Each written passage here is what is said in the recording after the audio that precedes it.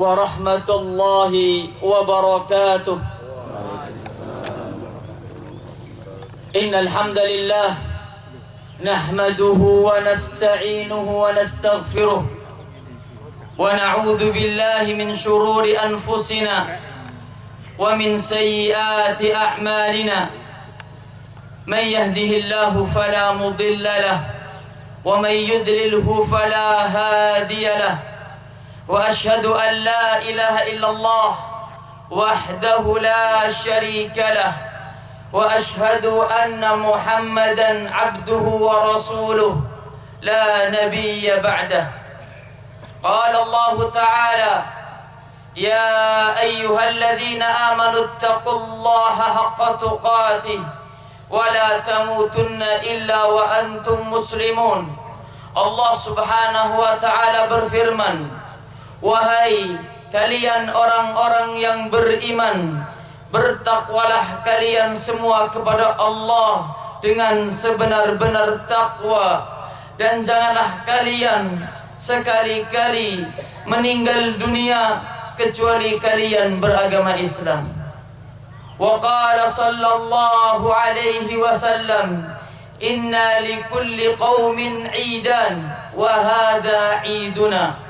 Nabi sallallahu alaihi wasallam bersabda, sesungguhnya bagi setiap kaum memiliki hari raya, dan sekarang hari ini adalah hari raya kami umat Islam.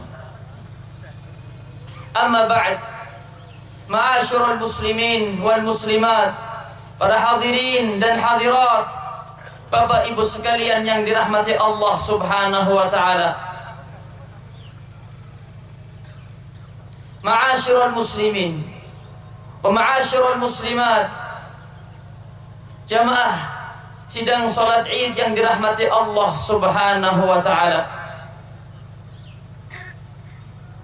Ketahuilah bahwa hari ini adalah hari yang paling mulia. Hari ini adalah hari yang paling utama di sisi Allah subhanahu wa ta'ala. Yang pertama, marilah kita panjatkan puja, puji, dan rasa syukur kita kepada Allah subhanahu wa ta'ala, Rabb yang telah menciptakan kita semua, Rabb yang telah memberikan kepada kita nikmat-nikmatnya yang tak terhingga, sehingga di pagi hari ini, hari yang cerah, kita bisa berkumpul di lapangan ini dalam rangka melaksanakan 2 rakaat salat Idul Adha. Yang kedua, marilah kita bersalawat dan salam kepada Nabi kita, Nabi Muhammad sallallahu alaihi wasallam. Nabi yang mengatakan, inna afdala ayyam indallah yaumun nahri. Sesungguhnya hari-hari yang paling mulia di sisi Allah subhanahu wa ta'ala adalah hari raya Idul Adha, hari raya kurban, dan hari setelahnya.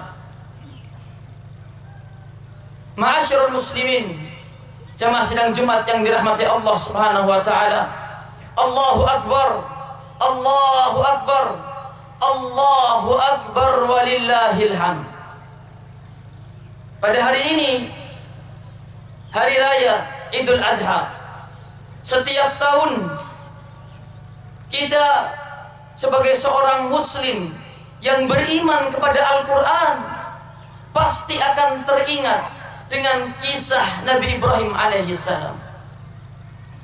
Sebuah kisah yang Allah subhanahu wa ta'ala abadikan di dalam Al-Quran, yang akan terus dibaca hingga hari kiamat. Sebuah kisah yang Allah jadikan sebagai hari raya tahunan yang kita rayakan saat ini. Sebuah kisah yang dengannya Allah subhanahu wa ta'ala syariatkan perintah berkurban. Ketahuilah wahai kaum muslimin dan kaum muslimat yang dirahmati Allah subhanahu wa ta'ala, sesungguhnya setiap kisah yang Allah cantumkan di dalam Al-Quran bukanlah kisah sembarangan, bukanlah kisah murahan, namun kisah itu merupakan kisah nyata, kisah yang berharga, kisah yang mulia, kisah yang mendulang berbagai macam pelajaran berharga untuk orang-orang yang beriman. Allah Subhanahu wa taala berfirman di dalam surat Yusuf ayat ke-111, laqad kana fi qasasihim ibratun liulil albab. Sesungguhnya pada kisah-kisah mereka para nabi terdapat pelajaran yang berharga bagi orang-orang yang berakal. Ma'asyiral muslimin wal muslimat, Bapak Ibu sekalian yang dirahmati oleh Allah Subhanahu wa taala, mari di hari raya ini, di hari yang mulia ini, di pagi hari yang cerah ini, di atas tanah lapang Desa Demakan ini, kita ambil pelajaran yang berharga dari beberapa kisah Nabi Ibrahim alaihissalam yang Allah bawakan di dalam Al-Quran. Siapakah Nabi Ibrahim alaihissalam? Nabi Ibrahim dijuluki sebagai kekasih Allah. Nabi Ibrahim dijuluki sebagai ayahanda para nabi. Nabi Ibrahim alaihissalam namanya disebutkan 69 kali di dalam Al-Quran. Ada satu hal jamaah sekalian, Bapak dan Ibu sekalian, dengarkanlah. Allahu Akbar, Allahu Akbar, Allahu Akbar walillahilhamd. Ada satu hal yang menakjubkan. Mungkin baru kita sadar, ternyata nama Nabi Ibrahim setiap hari kita menyebutnya. Paling sedikit kita menyebutnya 5 kali, yaitu saat kita duduk berdoa tasyahud terakhir.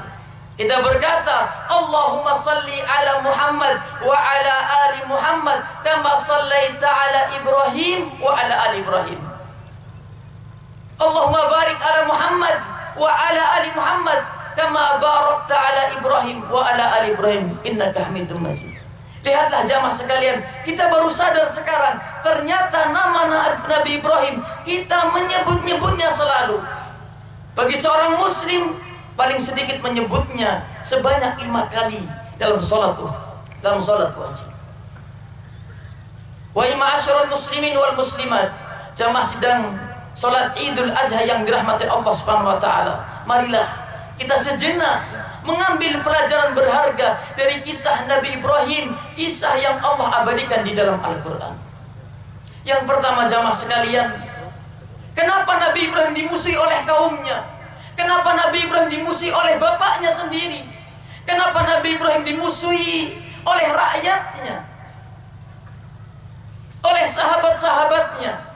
Tidak lain karena Nabi Ibrahim berkata kepada kaumnya dan kepada bapaknya, qala afata'buduna min dunillah ma la yanfa'ukum syai'an wa la yadurrukum. Nabi Ibrahim berkata kepada kaumnya, wahai kaumku, apakah kalian akan menyembah Tuhan selain Allah, sesuatu yang tidak mungkin mendatangkan manfaat untuk kalian dan tidak mungkin mendatangkan mudarat?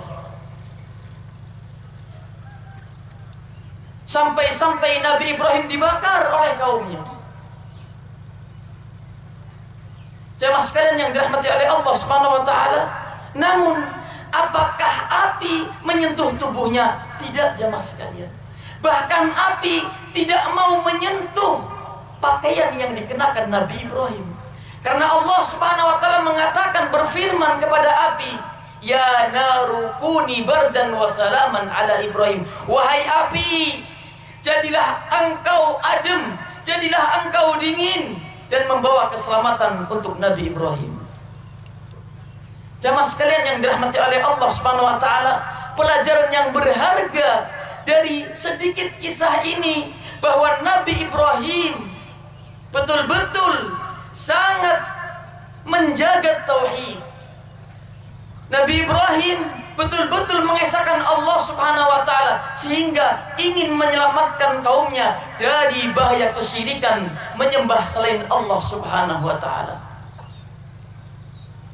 Bahkan saking takutnya Nabi Ibrahim berkata, Nabi Ibrahim berdoa kepada Allah, wajnubni wa baniya an na'budal asnam. Ya Allah, jauhkanlah diriku dan anak keturunanku dari menyembah berhala.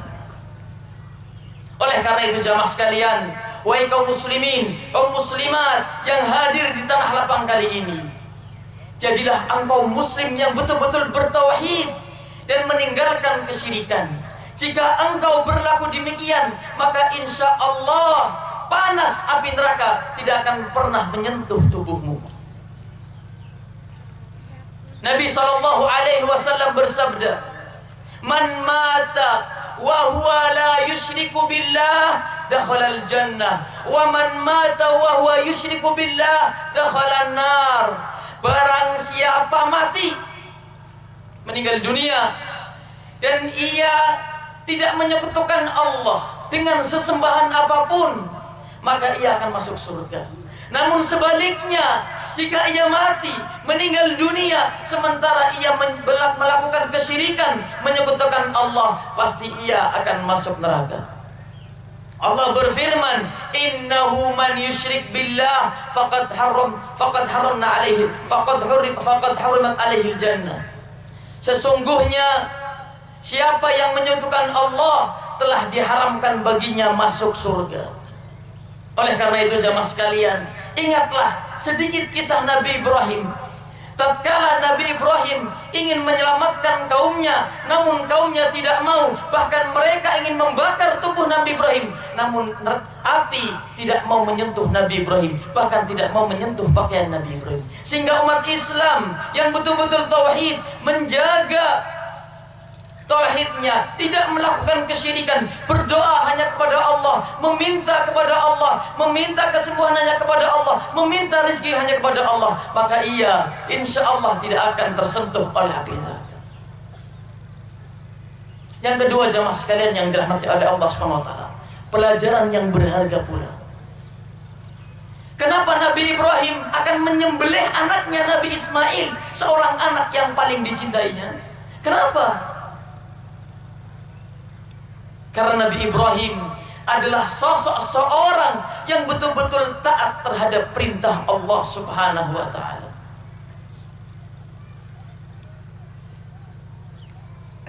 Nabi Ibrahim mengatakan, inni ara fil manam anni azbahuka, wahai anakku Nabi Ismail, sesungguhnya aku bermimpi aku ingin menyembelihmu. Sesungguhnya mimpi para nabi merupakan kenyataan, sehingga ia pun diperintahkan untuk menyembelih Nabi Ibrahim, untuk menyembelih Nabi Ismail alaihissalam. Ini ujian perintah Allah yang besar. Apakah Nabi Ibrahim melaksanakannya? Iya. Hampir-hampir Nabi Ibrahim menyembelih anaknya dengan tangan kanannya sendiri. Lalu Allah Subhanahu wa taala memanggilnya dan menggantikannya dengan seekor domba. Jamaah sekalian yang dirahmati oleh Allah Subhanahu wa taala, ujian yang dialami oleh Nabi Ibrahim berat, ujian yang dialami oleh Nabi Ibrahim besar. Lalu bagaimana dengan kita? Apakah kita diuji oleh Allah Subhanahu wa taala untuk menyembelih anak-anak kesayangan kita yang cantik-cantik dan lucu? Apakah kita sebagai umat Islam, umat Nabi Muhammad, diperintahkan untuk membunuh diri-diri kita? Tidak sama sekali. Kita hanya diperintahkan oleh Allah Subhanahu wa taala untuk mentaati perintah-perintahnya. Salat 5 waktu dikerjakan, wahai kaum muslimin dan kaum muslimat. Kalau engkau mengerjakan salat 5 waktu, maka engkau Islam. Namun jika engkau meninggalkan salat 5 waktu, engkau tidak mau salat 5 waktu, maka jangan sekali-kali engkau mengaku Islam. Yang laki-laki maupun yang muslimah. Kita hanya diperintahkan untuk salat 5 waktu, untuk haji bagi yang mampu, untuk puasa Ramadan setahun sekali. Kita tidak diperintahkan untuk menyembelih diri kita, atau menyembelih istri kita, atau menyembelih anak kita. Tidak. Ujian kita jamaah sekalian ringan, hanya menjalankan perintah Allah Subhanahu wa taala yang rukun Islam yang kelima. Namun banyak di antara kita kaum muslimin dan kaum muslimah mengaku dirinya muslim, mengaku dirinya muslimah, tapi ia tidak mau mentaati perintah Allah Subhanahu wa taala dan perintah Rasulullah sallallahu alaihi wasallam. Ketahuilah jamaah kaum muslimin, kaum muslimat yang dirahmati oleh Allah Subhanahu wa taala, Allahu akbar, Allahu akbar walillahil hamd. Jika kita betul-betul ingin menjadi sosok seperti Nabi Ibrahim, mentaati perintah Allah serta meninggalkan larangannya, maka kita akan mendapatkan keberkahan sebagaimana Nabi Ibrahim mendapatkan keberkahan untuk dirinya dan untuk anak-anaknya.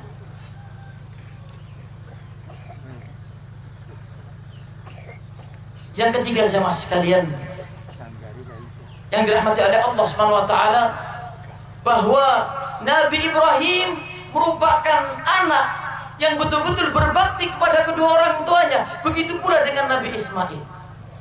Meskipun ayahandanya musyrik menyembah berhala, tapi bagaimana Nabi Ibrahim memberikan nasihat kepada ayahnya, ya abati lima ta'budi syaitan, wahai ayahandaku, kenapa engkau menyembah syaitan? Maka di saat Nabi Ibrahim sosok seseorang yang berbakti kepada kedua orang tuanya, muncullah anaknya Nabi Ismail yang betul-betul berbakti kepada seorang ayahnya. Di saat ia diperintahkan untuk disembelih, maka Nabi Ismail mengatakan, silahkan sembelih aku wahai Nabi Ibrahim, sesungguhnya aku adalah orang-orang yang sabar. Oleh karena itu jemaah sekalian yang dirahmati oleh Allah Subhanahu wa taala, nasihat saya yang terakhir, jadilah engkau sosok seorang pria, laki-laki ataupun wanita, pemuda dan pemudi yang taat kepada orang tuanya, yang berbakti kepada orang tuanya, karena ini merupakan perintah Allah dan perintah Rasulullah. Allah berfirman, wabil walidaini ihsana, dan berbuat baiklah kepada kedua orang tuamu. Ingatlah jamaah sekalian yang dirahmati oleh Allah Subhanahu wa taala, jadilah sosok seorang pribadi muslim yang betul-betul bertauhid, yang meninggalkan kesyirikan, yang betul-betul mentaati perintah Allah dan Rasulnya, serta meninggalkan larangan Allah dan Rasulnya, serta menjadi seorang anak yang berbakti kepada orang tuanya. Niscaya kehidupannya akan betul-betul diberkahi oleh Allah Subhanahu wa taala, dan ia patut dikatakan sebagai seorang muslim yang sejati. Jamaah yang dirahmati oleh Allah Subhanahu wa taala, mungkin ini sedikit pelajaran berharga yang bisa kita simak pada pagi hari yang cerah ini. Semoga sebelum kaki-kaki ini melangkahkan keluar dari lapangan ini, kita bisa mencermatinya, kita bisa mengamalkannya. Jamaah yang dirahmati oleh Allah Subhanahu wa taala, innallaha wa malaikatahu yusholluna 'alan nabi ya ayyuhalladzina amanu shallu 'alaihi wa sallimu taslima. Allahumma shalli 'ala Muhammad wa 'ala ali Muhammad kama shallaita 'ala Ibrahim wa 'ala ali Ibrahim innaka Hamidum Majid. Allahumma ighfir lana wa liwalidina warhamhum kama rabbawna shighara. Ya Allah, ya Tuhan kami, ampunilah dosa-dosa kami, dosa kedua orang tua kami, dan berikanlah kasih sayang-Mu kepada kedua orang tua kami sebagaimana kedua orang tua kami menyayangi kami di waktu kecil kami. Allahumma ighfir lil muslimin wal muslimat wal mu'minin wal mu'minat al ahya'i minhum wal amwat innaka sami'un qaribun mujibud da'wat. Ya Allah, ya Tuhan kami, ampunilah dosa-dosa kami, dosa orang-orang yang muslim, dosa laki-laki yang muslim, dosa wanita-wanita yang muslimah, dosa laki-laki yang beriman, dosa wanita-wanita yang beriman yang masih hidup ataupun yang sudah mati. Sesungguhnya Engkau ya Allah Maha Pengampun, sesungguhnya Engkau ya Allah Maha mendengar, Maha dekat, dan Maha mendengar doa-doa para hambanya. Jamaah yang dirahmati oleh Allah Subhanahu wa taala, mungkin ini bisa saya sampaikan, kurang dan lebihnya saya mohon maaf. Wabillahi taufiq wal hidayah. Wassalamualaikum warahmatullahi wabarakatuh.